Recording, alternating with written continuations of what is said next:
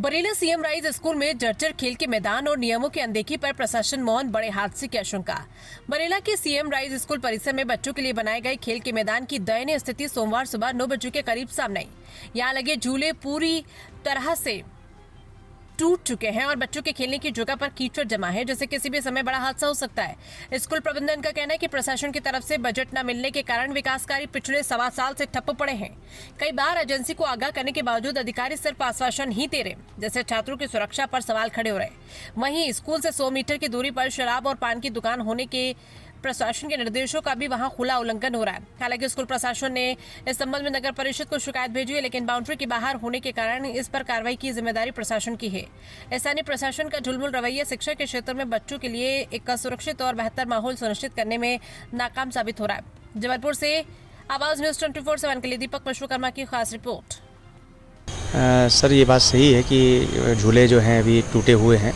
बच्चे के लिए जब झूले लगे हुए थे प्रॉपर उस समय लगे नहीं थे, और वर्तमान में जो हमको बिल्डिंग हैंडओवर हुई है, तो जो क्लासेस लग रही हैं वो पूरी बिल्डिंग हमको हैंडओवर हुई, आउटर में अभी हमको हैंडओवर नहीं हुई है। उसका कारण ये है कि अभी प्रशासन स्तर पर बजट की थोड़ी सी प्रॉब्लम आ रही है, वो रिलीज़ नहीं हो पा रहा है।